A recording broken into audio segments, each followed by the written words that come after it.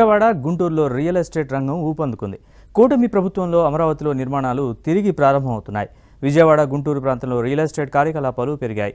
గత వైసీపీ పాలనలో 3 రాజధానుల పేరుతో గందరగోళం సృష్టించడంతో నిర్మాణ రంగం పూర్తిగా నిలిచిపోయింది. కూటమి ప్రభుత్వం అధికారంలోకి వచ్చిన తర్వాత ప్రణాళికాబద్ధంగా పనులు ముందుకు సాగుతున్నాయి.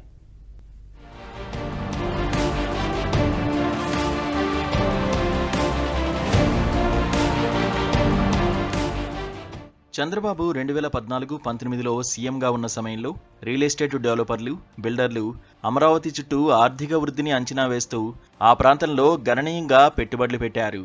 అయితే 2019లో అధికారంలోకి వచ్చిన అప్పటి వైసీపీ 3 రాజధానుల ప్రణాళికను ప్రతిపాదించి అమరావతి అభివృద్ధిని నిలిపివేసింది. పేరుకే 3 రాజధానులు అనడమే తప్ప కనీసం రహదారులు కూడా వేయకుండా ఏపీని అన్ని విధాలా నాశనం చేసింది. అమరావతితో సహా ఎక్కడి నిర్మాణాలు అక్కడే నిలిచిపోయాయి. 100 కోట్లు పెట్టుబడులు పెట్టిన వారంతా దిక్కుతోచని స్థితిలో పడ్డారు. వైసీపీ అరాచకాల దెబ్బకు రియల్ ఎస్టేట్ అనేదే లేకుండా పోయింది. ఎక్కడికక్కడే ప్రభుత్వ, ప్రైవేటు భూములను కబ్జా చేసిన వైసీపీ నేతలు ఇష్టం వచ్చినట్లుగా దోచుకున్నారు. దీంతో ఎక్కడైనా స్థలాలు కొనాలన్నా, అమ్మాలన్నా కూడా ప్రజలు భయపడిపోయే పరిస్థితి రాష్ట్రంలో నెలకొంది. చాలా మంది తమ పెట్టుబడులను హైదరాబాద్కు మళ్లించి అక్కడకు వలసలు వెళ్లారు.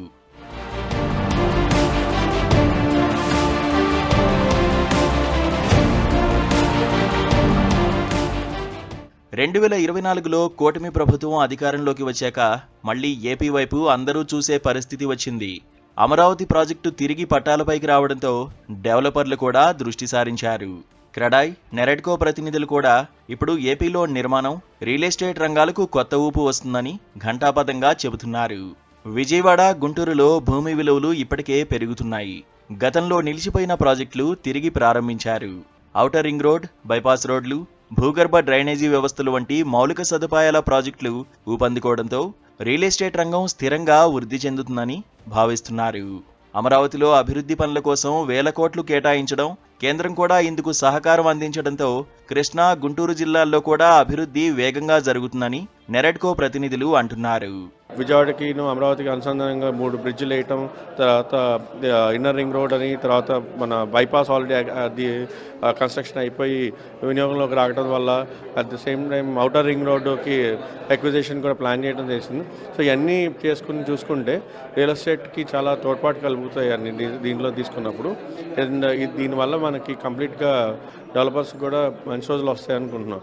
అండ్ లాస్ట్ 5 సంవత్సరాలుగా టోటల్ ట్రాన్సాక్షన్స్ కూడా చాలా తగ్గిపోయినాయండి. ఇక్కడ ఫ్యూ మంత్స్లో కొత్త ప్రాజెక్టులు లాంచ్ చేయడం, కొత్త ఇన్ఫ్లక్స్ ఆఫ్ పీపుల్ రావడం వల్ల దీనివల్ల ట్రాన్సాక్షన్స్ కూడా పెరిగి గవర్నమెంట్ కూడా ఆదాయం పెరుగుతుందని ఆశిస్తున్నాను. ఈ రోజున నిర్మాణ రంగం అనేది ఎంతో గత 5 సంవత్సరాల్లో ఎన్నో ఇబ్బందుల్ని ఫేస్ చేసింది. ఈ రోజున మరి ప్రభుత్వం రాగానే ఉచిత ఇసుక విధానాన్ని తీసుకొచ్చింది. అలాగే బిల్డింగ్ రూల్స్, లేఅవుట్ రూల్స్లో కూడా ఎన్నో మరి విప్లవాత్మకమైన మార్పులు తీసుకొచ్చింది. ఈ రోజున మన ఆంధ్రప్రదేశ్లో ఉన్నటువంటి బిల్డింగ్ రూల్స్ని భారతదేశం అంతా కూడాను ఈ మాదిరిగా తీసుకురావాలనేటువంటి ఉద్దేశంతో మన రాష్ట్రంలో ఉన్నటువంటి రూల్స్ని స్టడీ చేసే పరిస్థితికి వచ్చారు. మరి నిర్మాణ రంగం అనేది ఎంతో మరి ముఖ్యమైనటువంటి పార్ట్ అనమాట ఈరోజు రాష్ట్ర అభివృద్ధిలో. రియల్ ఎస్టేట్ రంగంలో ఉన్న సమస్యలన్నింటినీ కూడాను వాళ్ళు పరిష్కరిస్తూ అలాగే చాలా నిర్ణయాలు తీసుకున్నారు. అమరావతి పరిసర ప్రాంతాల్లోని తాడేపల్లి, ఉండవల్లి, మంగళగిరితో సహా భూమి విలువలు గణనీయంగా పెరిగాయి. చదరపు గజానికి 40,000 నుంచి 60,000 వరకు చేరుకున్నాయి.